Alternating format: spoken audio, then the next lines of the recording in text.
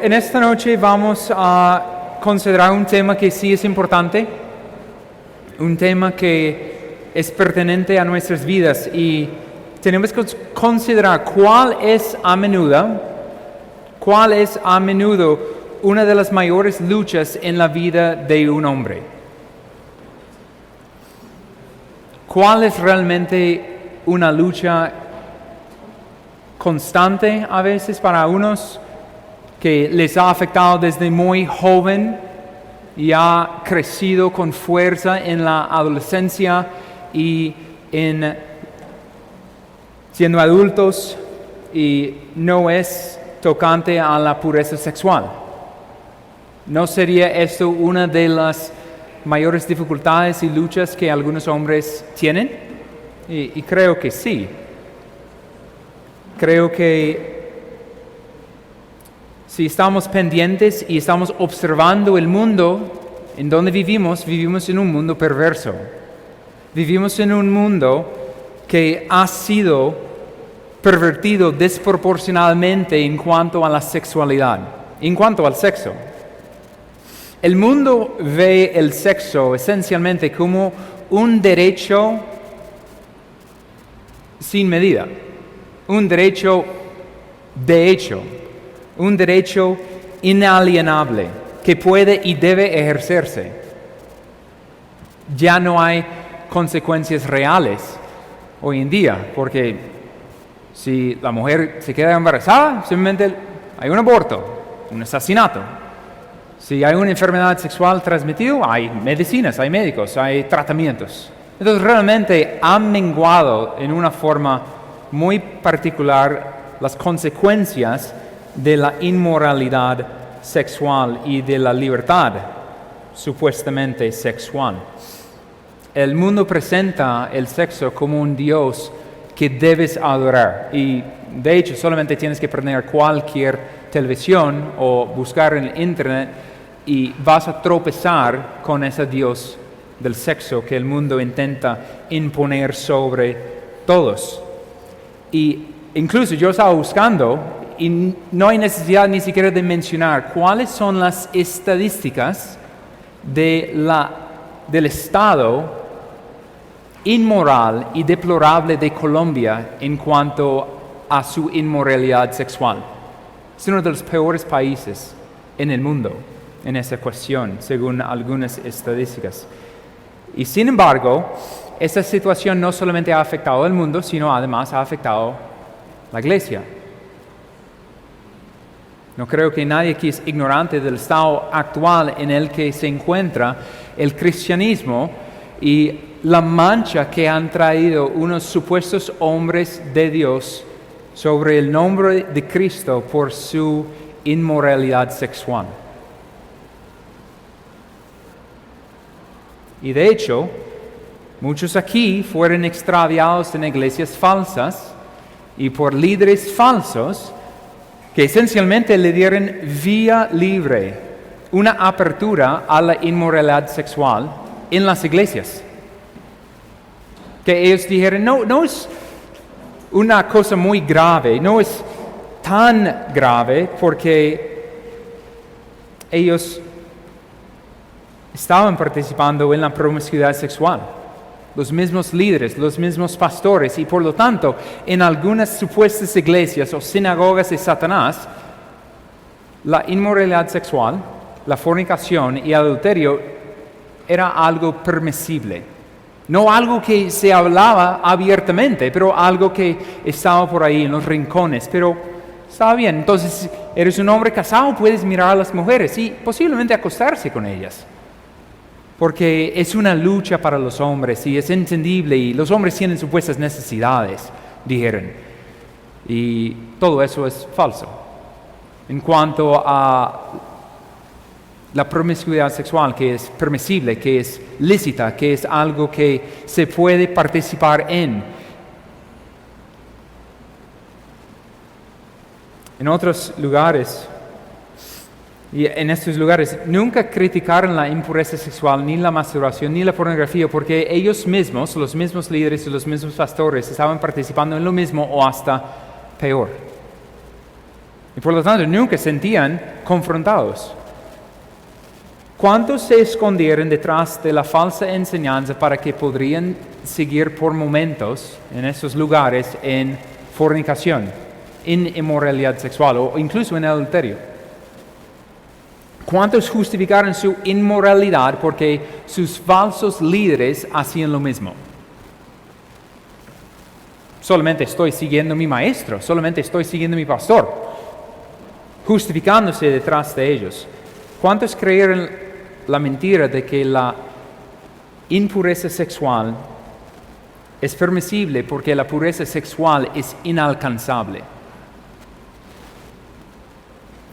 Por aquellos que fueron engañados y estuvieron en semejantes lugares o situaciones o bajo semejantes pensamientos, tienes que arrepentirte si no lo has hecho. Tienes que arrepentirte porque es la única forma que puedes llegar a tener una correcta perspectiva de qué es la pureza sexual y cómo puede ser restaurado en cuanto a ello.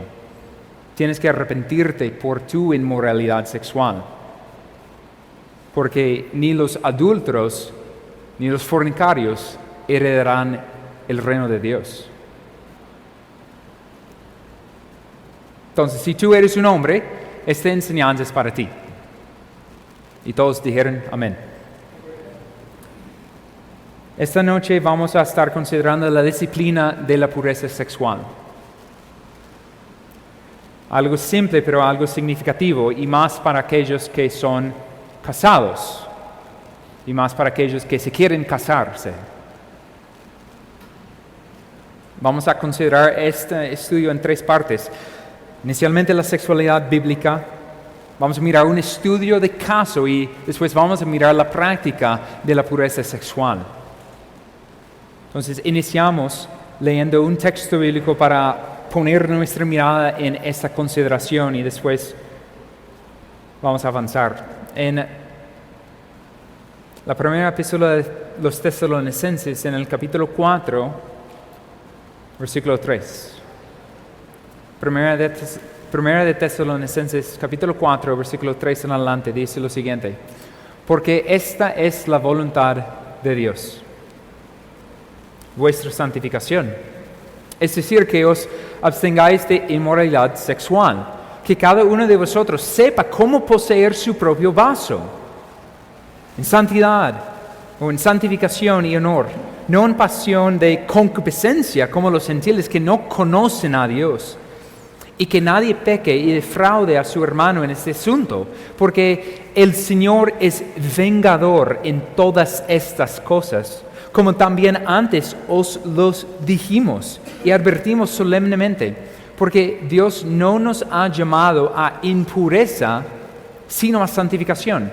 Por consiguiente, el que rechaza esto, no rechaza a hombres, sino al Dios que os da su Espíritu Santo.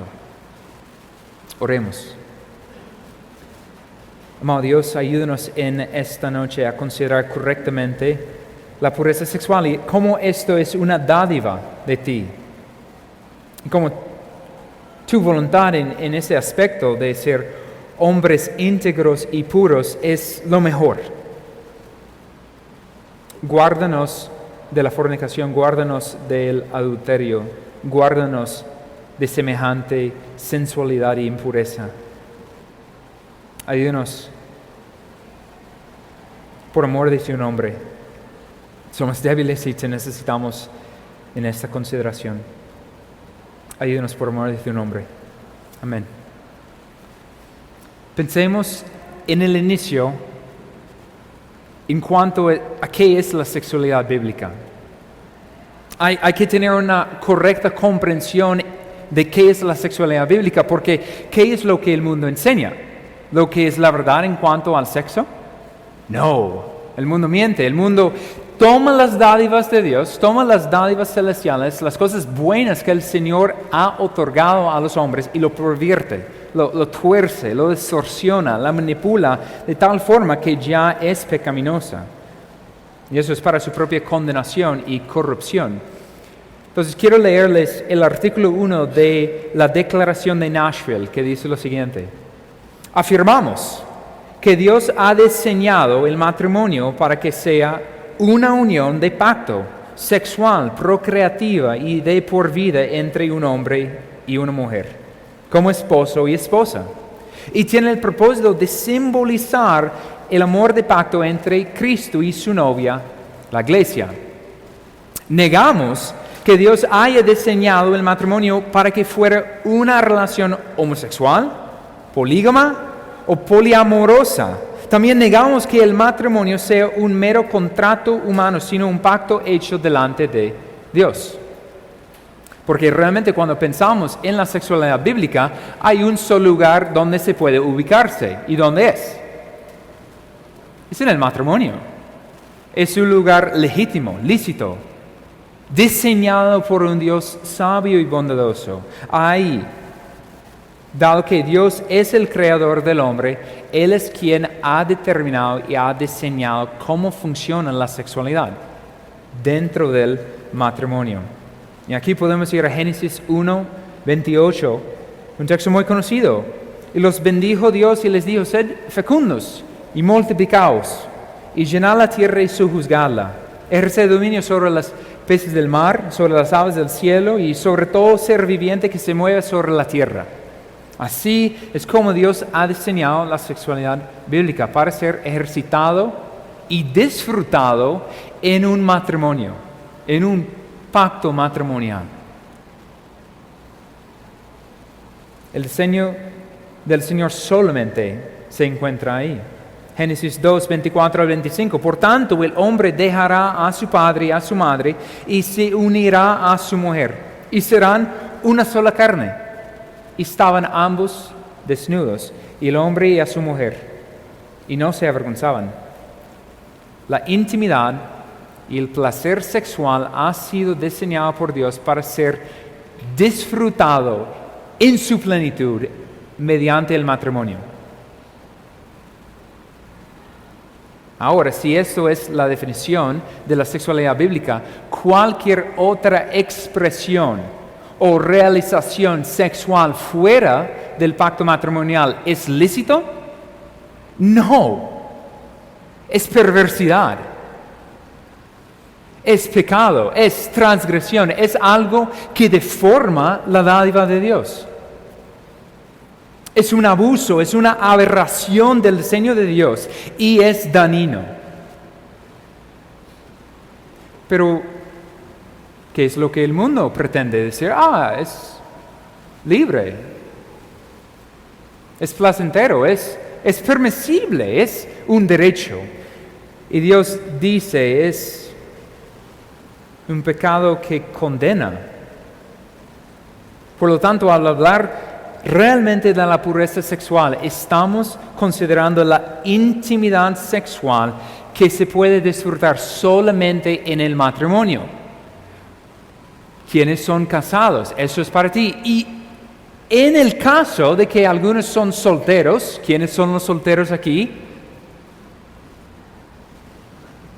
La abstinencia de la expresión ilícita de la intimidad sexual fuera del matrimonio.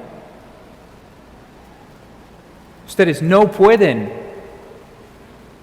disfrutar de esta dádiva celestial porque no están en el estado necesario en el que se necesita encontrarse para disfrutar de la sexualidad bíblica. Entonces, volviendo a la declaración de Nashville, el artículo 2 dice lo siguiente: afirmamos que la voluntad revelada de Dios para todas las personas es la castidad fuera del matrimonio y la fidelidad dentro del matrimonio. Negamos que algún afecto, deseo o compromiso pueden justificar la relación sexual antes o fuera del matrimonio. Tampoco justifican ninguna forma de inmoralidad sexual. Hebreos 13:4 lo dice de una forma muy categórica. Sea el matrimonio honroso en todos y el lecho matrimonial sin mancilla, porque a los inmorales y a los adúlteros los juzgará Dios. La disciplina de la pureza sexual empieza con tener una comprensión correcta de la sexualidad bíblica. Es el diseño sabio y bondadoso del Señor para ser disfrutado entre la unión de un hombre y una mujer en un pacto matrimonial exclusivo. Y fuera de eso, no hay intimidad sexual. No existe. Y ahora, eso fue la sexualidad bíblica. Ahora, busquemos en las Escrituras un estudio de caso. ¿Cuál es uno de los mejores ejemplos, o peores ejemplos más bien, de inmoralidad sexual, de adulterio, del descenso fatal de un hombre de Dios? Y todos tienen que decir David. Si ustedes quieren, pueden ir a 2 Samuel, capítulo 11, donde vamos a estudiar el caso de un hombre que se llamaba David y una mujer que se llamaba Betsabé. En este estudio del caso vamos a ver los pasos que tomó David para llevarle a adulterio, y no solo a adulterio, sino a, posteriormente, asesinato. Pero pensemos mayormente en este descenso hacia el adulterio. Desde antes del ungimiento de David, David era un hombre santificado. El primer paso, el primer lugar donde David se encontraba, el punto de partida, era un lugar increíblemente premiado, importante. O sea, ¿quién era David? El ungido de Jehová, el escogido de Jehová, el hombre conforme al corazón de Dios, el que iba a ser rey de Israel. Uno de los siervos más fieles en la casa de Saúl, no se podría encontrar mancha en él, y aun cuando Saúl estaba intentando matar a David, ¿qué hacía David? Se escondía y nunca levantó su mano contra Saúl, sino solamente para cortar el borde de su manto. Y aun eso le compungía de corazón.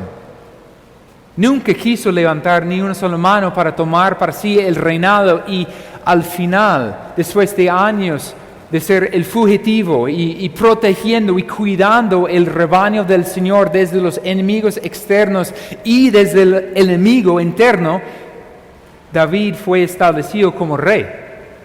Inicialmente en Hebrón y posteriormente en Jerusalén, y David fue establecido como rey sobre Israel.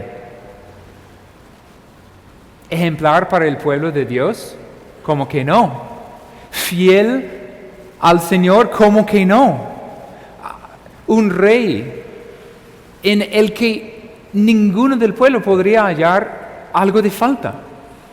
Hacía todo bien, todo lo que él hacía parecía bien al pueblo, guiando al pueblo en la adoración al Señor, estableciendo hasta donde podía el culto al Señor ahí, y además estableciendo la observación del antiguo pacto. Estaba defendiendo al pueblo de los enemigos, ahora sí externos mayormente, y poniendo las fronteras más allá, tomando la tierra prometida. David estaba más poderoso que nunca y más alabado por el pueblo del Señor que nunca. 2 Samuel 5:12 enfatiza este hecho.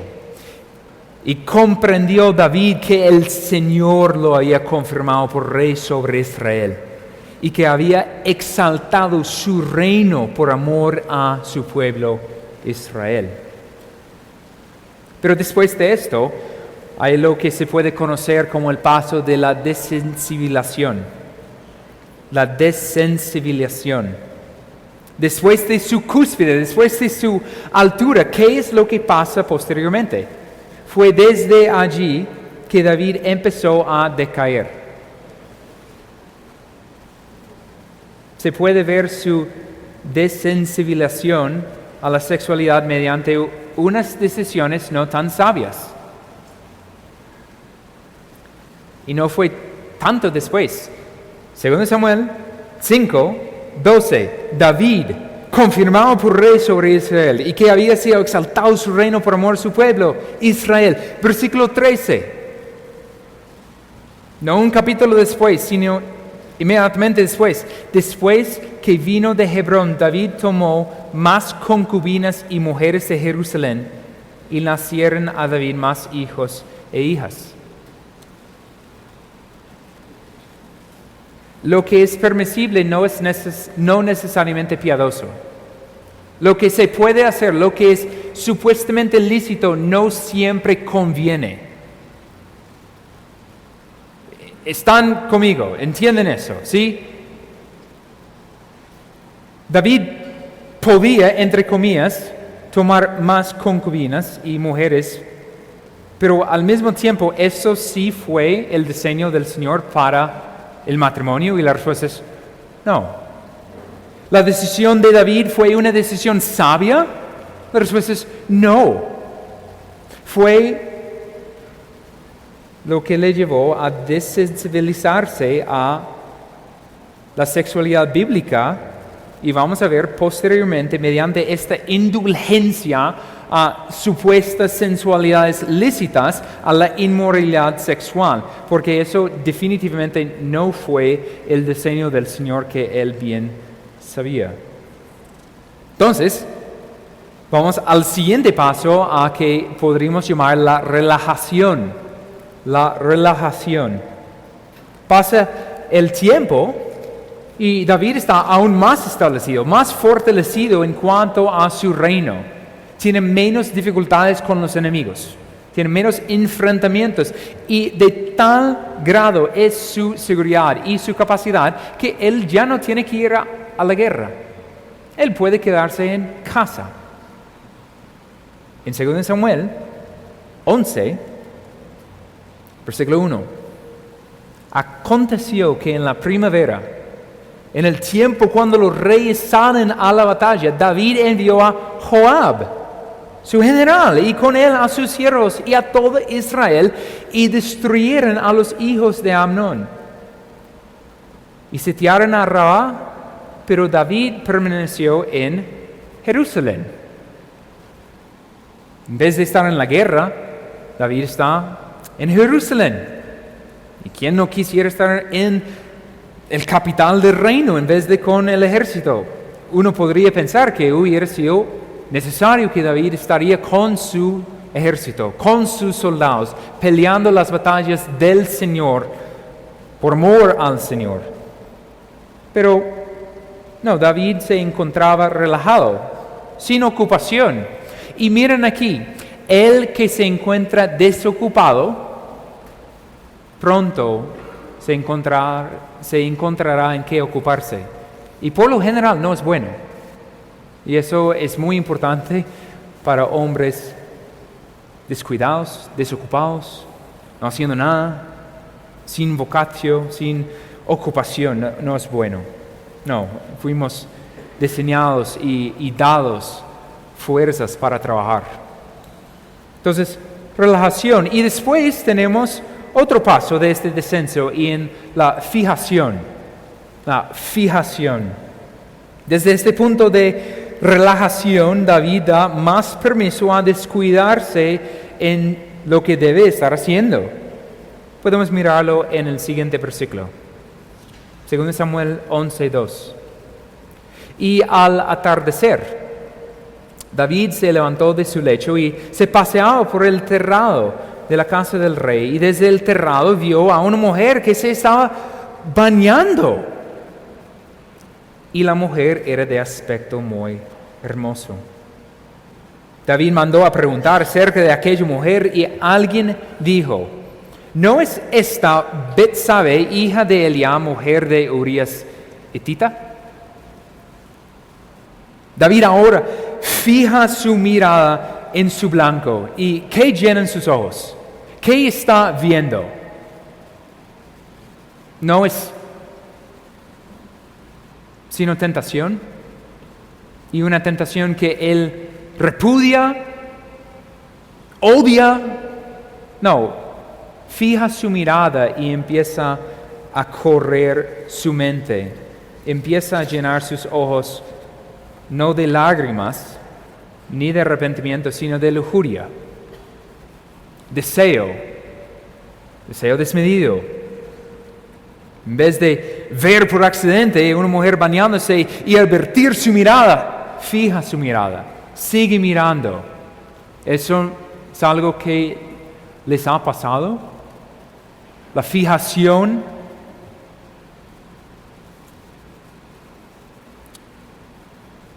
El siguiente paso no está en el texto, pero podemos pensarlo de esa forma, la racionalización. David empieza a racionalizar, justificar esencialmente lo que está contemplando.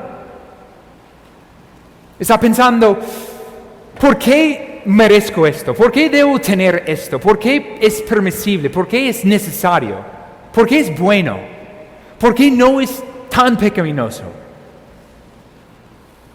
En vez de mortificar la idea pecaminosa, David empieza a racionalizarla. Él tiene que convencerse de lo que está pensando está bien. Tiene que tranquilizar su mente. No es tan mal, no es tan grave. Hay muchas ideas necias que pasan supuestamente por sabias, pero podríamos imaginar. Yo soy el rey, yo merezco esto, yo soy el siervo del Señor, yo merezco lo que quiero, lo que estoy viendo hacia ella es amor, es amor verdadero, es amor puro.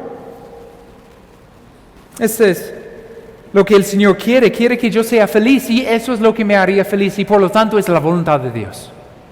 Obviamente, es la voluntad de Dios porque Él la puso en mi camino.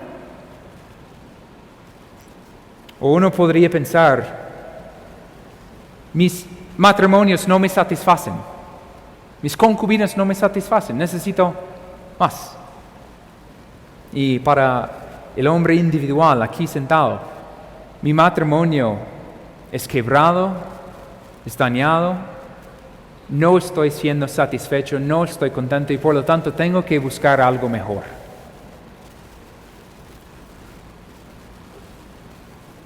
Racionalización ya a degeneración. Una vez el pecado se relaciona, se justifica, ¿qué hay para impedirlo? Solamente necesitas ¿qué? Oportunidad. Si tú has racionalizado y justificado el pecado, lo único que necesitas es una puerta abierta para cometer cualquier clase de pecado.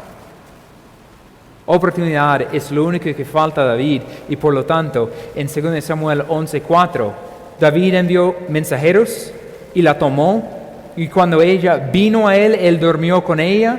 Después que ella se purificó de su inmundicia regresó a su casa. ¿Se cometió qué? Adulterio. El hombre que tenía el corazón conforme a Dios. Impresionante. De tal grado es la supuesta piedad de esta pareja adúltera. ¿Qué hace Betsabé? Ella se purifica de su inmundicia antes de volver a la casa. Increíble. Y eso no fue el final. Quedó embarazada. El versículo 5, y la mujer concibió y envió aviso a David diciendo, estoy encinta. Y ahora David tiene que correr porque ¿dónde está su esposo Urías, hitita? ¿Dónde está? Está en la guerra. No estaba con su esposa y por lo tanto, adúltera. David manda, venga Urías, disfruta tu esposa. Y Urías, un hombre débil de carácter, o íntegro de corazón, íntegro, no baja para estar con su esposa porque sabe que sus amigos, sus compañeros, sus cosoldados están en la guerra y por lo tanto no baja, ni siquiera un estado de embriaguez que David mismo produjo en él, le incitó, ni siquiera baja, duerme en el piso y por lo tanto David lo manda a que muere en la guerra. Conclusión. El estudio del caso de David es útil porque debe reconocer todos el peligro de la inmoralidad sexual. Algunos posiblemente aquí están pensando, nunca voy a cometer semejante pecado. Nunca voy a cometer adulterio. Nunca voy a seguir en fornicación. No, voy a mantenerme puro y jamás voy a caer. Si ese es tu pensamiento, por eso estamos mirando a David. ¿Quién fue David? En su generación podríamos llamarlo el hombre más íntegro, el hombre con el corazón conforme al corazón de Dios. Aquellos que piensan que están por encima de la inmoralidad sexual y el adulterio son ciegos. Ustedes están en mayor riesgo de caer. Aquel que cree estar firme, mira que no se caiga. ¿Quién era David? El varón conforme al corazón de Dios. Y aún así el hombre más santificado para el servicio del Señor en su tiempo fue aquel que es el triste ejemplo de semejante inmoralidad sexual. No sean necios, sino entendidos en cuanto al peligro de la inmoralidad sexual. Por lo tanto, consideremos la práctica de la pureza sexual. Pensemos en cuál es la forma de resguardarnos de semejante transgresión, de semejante iniquidad. ¿Qué debo hacer para resguardarme? Y posiblemente algunos aquí están completamente ya metidos o casi a meterse. De pronto ustedes no están en la degeneración, pero de pronto están en la racionalización, de pronto están buscando cómo justificar su pecado. Y la única cosa que falta ahora es oportunidad. De pronto hay personas simplemente relajándose, o de pronto hay personas que están ya considerando cómo, pero no tienen con quién. Y entonces, ¿cómo podemos prevenir esto? ¿Cómo podemos practicar la pureza sexual? Primeramente, temor del Señor. La primera manera de practicar la pureza sexual es temer al Señor. ¿Quiénes cometen fornicación y quiénes cometen adulterio? Aquellos que no temen al Señor. Aquellos que lo consideran alguien sin importancia, sin necesidad a temer, sin necesidad de amar. Ese temor del Señor es esencialmente confiar en el Señor, que es lo que vimos en el inicio, en cuanto al diseño del Señor para el matrimonio, para la intimidad sexual, para la sexualidad bíblica. Aquel que comete fornicación, aquel que comete adulterio, está diciendo, Dios, tu diseño es un fracaso. Estás guardándome de algo que es bueno, algo que yo necesito. Tú eres el necio, tú eres malo y yo voy a perseguir lo que Satanás y el mundo me estaban ofreciendo. Es fuerte. No temer al Señor. No creer que lo que Él ha diseñado es mejor. Y por eso, la respuesta más adecuada en cuanto al temor al Señor es la respuesta de José. Tenemos que huir de la inmoralidad sexual como corrió José. Génesis 39:9. Hablando a esta mujer extraña. No hay nadie más grande que yo en esta casa y nada me ha rehusado excepto a ti, pues tú eres su mujer. ¿Cómo entonces iba yo a hacer esta gran maldad y pecar contra Dios? Por eso es esencial temer a Dios para evitar la inmoralidad sexual. Aquellos que están considerando esta clase de pecado, la impureza sexual, tienen que entender que faltan temor al Señor, faltan temerle a Él, de conocerle a Él. En segundo lugar, mediante la oración, la práctica de la pureza sexual se debe ejercer mediante la oración. La manera en que debemos mantenernos en pureza es mantenernos en humildad ante el Señor en oración y clamor. Yo no sé cómo están orando cada día. Yo no sé cuáles son sus peticiones, pero para aquellos que son casados, una petición es: Señor, ayúdame a ser fiel a mi esposa en la pureza sexual. Ayúdame. Soy tan débil. O sea, si tú crees que nunca vas a caer, eso no va a ser una petición, obviamente. Porque soy tan fuerte, no tengo que orar que el Señor me cuida del adulterio o de la fornicación. Pero semejante noción es un engaño. No, tenemos que reconocer, somos hombres, somos vendidos en ese cuerpo de maldad. O sea, ¿con qué frecuencia clamas al Señor realmente para que te mantenga alejado de la moralidad? ¿Cuándo fue la última vez que oraste al Señor? Cuídame, cuida mi corazón, cuida mi mente, cuida mis ojos, cuida mis oídos.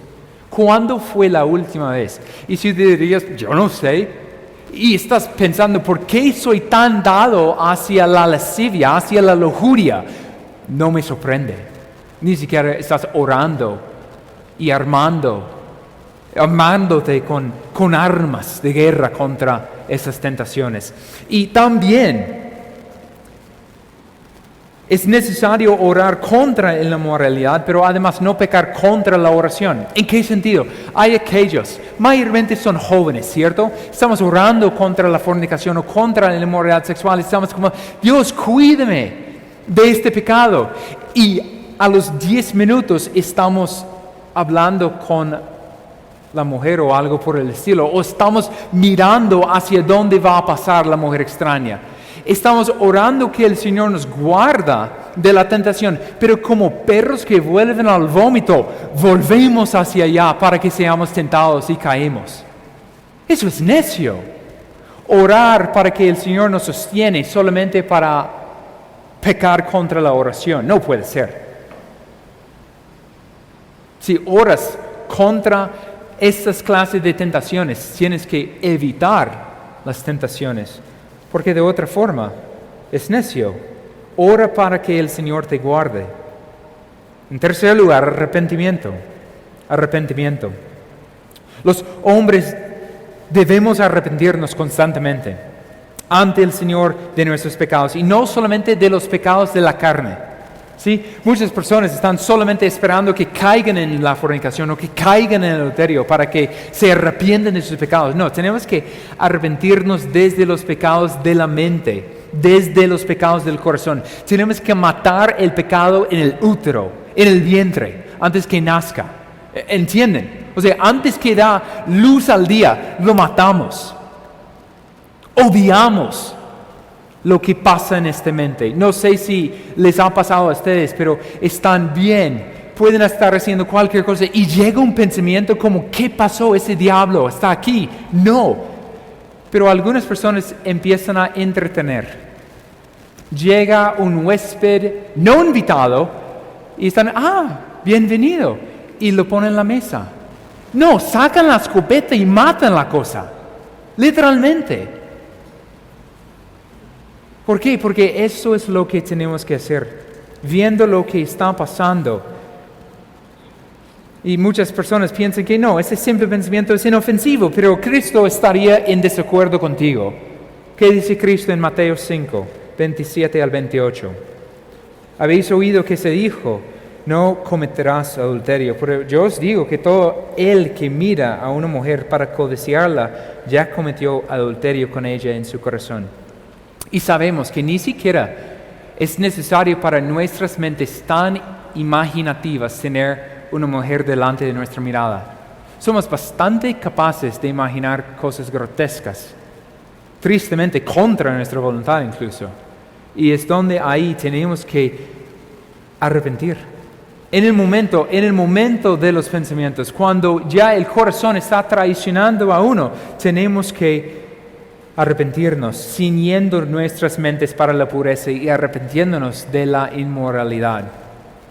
No solamente que cometemos externamente, sino aún lo que está siendo planeado sin nuestra disposición, sin nuestra voluntad. Entonces eso se conecta con la cuarta, la mortificación. Mata el pecado en el pensamiento. Realmente, eso es una de las formas más prácticas hacia la pureza sexual. Llegan esos pensamientos, no les das rienda suelta a vivir en tu corazón. Y tengan en cuenta la inmoralidad sexual, la fornicación, el adulterio. No es algo que de repente, ups, ¿cómo pasó eso? No, normalmente hay que moverse, hay que hacer muchas decisiones, muchos pasos del mismo cuerpo para poder llegar a ser semejante maldad delante del Señor. Tiempo que hay que invertir, mentiras que hay que sembrar, personas que hay que engañar. No es de repente, eso es planeado, malvadamente planeado. Y por lo tanto, empieza la maquinación en la mente. Hay que matar ahí. Y en cada paso que uno toma hacia la moralidad sexual, hay una oportunidad de arrepentirse, hay una oportunidad de matar, a detenerse, a no avanzar más. Y mirando el ejemplo de David podía haber detenido en cualquier momento hasta la degeneración y nunca lo hizo. Nosotros tenemos que entender que hay que matar los pensamientos, hay que gobernar la mente. Y otra cosa que es importante es muchos creen que si ceden al deseo carnal, y eso es lo que muchas veces pasa con los jovencitos, si cedo al deseo carnal, si miro algo indebido, si hago algo indebido, el deseo va a menguar. El deseo va a ceder, ¿cierto? Es el pensamiento. Como tengo un hambre y voy a satisfacer el hambre y voy a pedir perdón después y no voy a hacerlo más. Eso es tan necio. Cuanto más tú alimentas tu carne, cuanto más fuerte volverá tu carne. Cuanto más tú siembras en la carne, vas a seguir cosechando de la carne. Y por lo tanto, hay que matar el pecado en cualquier nivel y mayormente al nivel del corazón, al nivel de la mente, al nivel de los pensamientos. En quinto lugar, protección. La forma posiblemente más práctica, externamente hablando, que un hombre puede evitar la inmoralidad sexual es proteger su corazón de la mera idea. Job 31, versículo 1, es un ejemplo increíble. Hice un pacto con mis ojos. ¿Cómo podía entonces mirar a una virgen? Estableciendo barreras, estableciendo cuidados a su alrededor para no caer en semejante inmoralidad. Eso significa huir de lo que incita la impureza sexual. Huir de lo que incita la pureza sexual. ¿Cuáles son las dos formas que los hombres pueden ser incitados hacia eso? Por lo general, por los ojos y por los oídos. Lo que vemos y lo que escuchamos. Tus ojos deben evitar la provocación.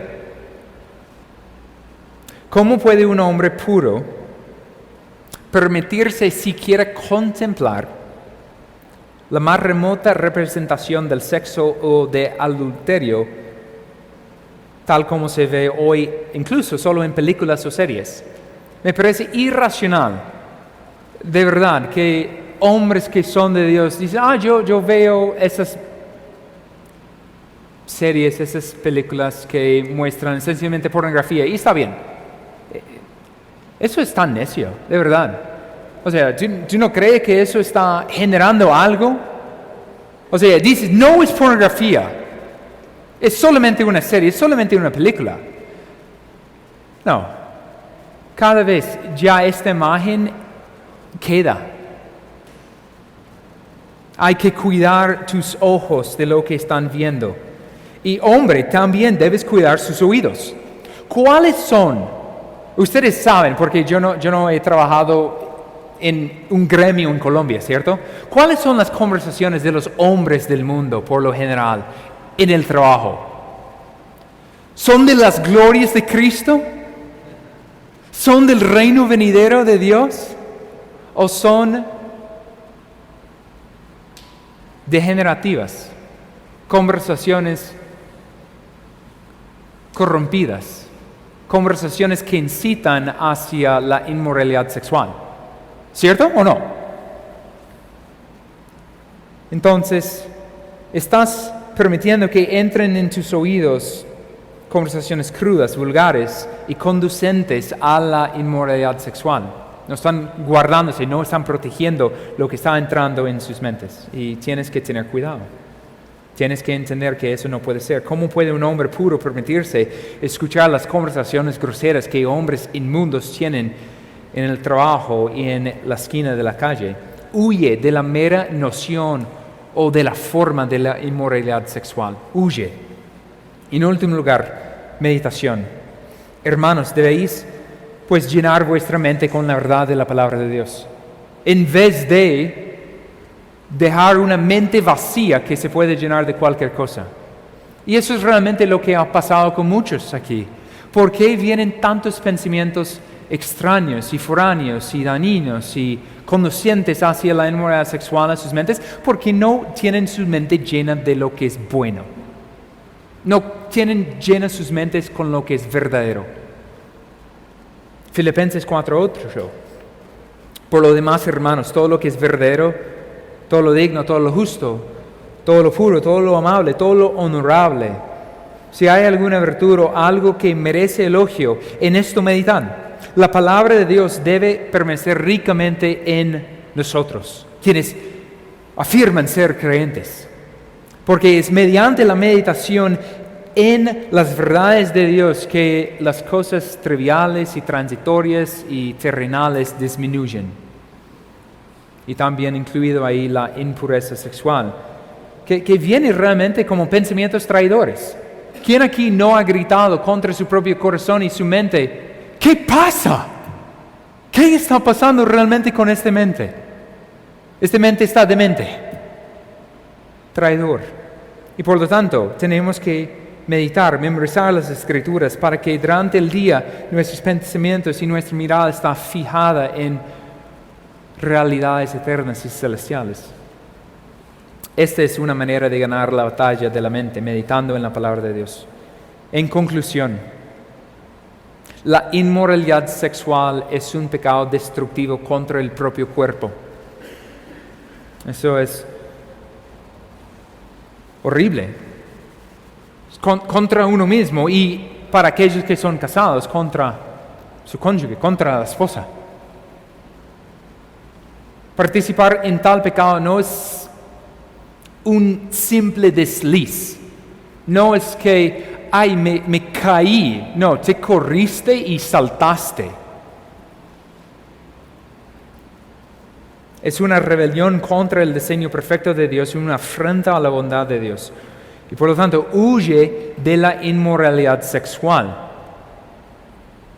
Pablo, en 1 Corintios 6, 18 al 20, estaba lidiando con inmoralidad sexual en la iglesia en Corinto. Estaba abordando hombres cristianos que estaban prestando sus cuerpos a prostitutas. Y Pablo les advierte y les dice, 1 Corintios 6, 18, huid de la fornicación. Todos los demás pecados que un hombre comete están fuera del cuerpo, pero el fornicario peca contra su propio cuerpo. ¿O no sabéis que vuestro cuerpo es templo del Espíritu Santo que está en vosotros, el cual tenéis de Dios, y que no sois vuestros? Pues por precio habéis sido comprados. Por tanto, glorificad a Dios en vuestro cuerpo y vuestro espíritu, los cuales son de Dios, no de usted, si es que has sido comprado por Cristo Jesús. Si eres de Cristo, has sido comprado por Cristo y por lo tanto, bíblicamente, en realidad, tú eres posesión de Dios. No puedes hacer lo que tú quieres con tu cuerpo. No eres tuyo. Eres de Él. Y por lo tanto, jamás puedes presentar y prestar vuestros miembros a semejante fornicación. Eso es ilógico y una rebelión, es una traición. Y por lo tanto, debes glorificar a Dios con tu cuerpo. Para los que son casados aquí, mediante la fidelidad matrimonial. Y para los que son solteros aquí, mediante la abstinencia sexual.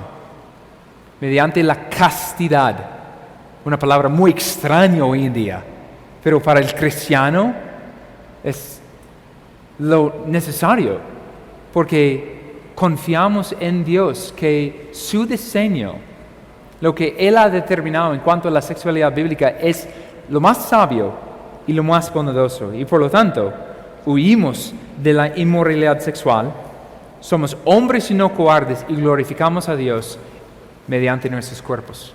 Oremos. Amado Dios, te damos gracias por este tiempo y es mi sincera oración que tú ayudes a aquellos que necesitan arrepentirse de la impureza sexual y que puedes ayudarnos a poner en práctica lo que es necesario para practicar la pureza sexual. Qué tristeza tantos supuestos cristianos que han traído tanta mancha y tanto desprecio sobre tu nombre por cometer abominaciones con sus cuerpos. Señor, guárdanos, guarda este grupo de hombres a que ellos serán fieles a ti y fieles a sus esposas. Y para aquellos que son solteros, que ellos pueden confiar en tu provisión bondadosa y inmerecida de posiblemente una futura esposa. Señor, ayúdanos a entender nuestras debilidades y acudir a ti en oración, confiando que tú nos guardarás, que no es algo que podemos hacer en nuestras propias fuerzas, sino que dependemos de ti en eso. Ayúdanos por amor de tu nombre. Amén.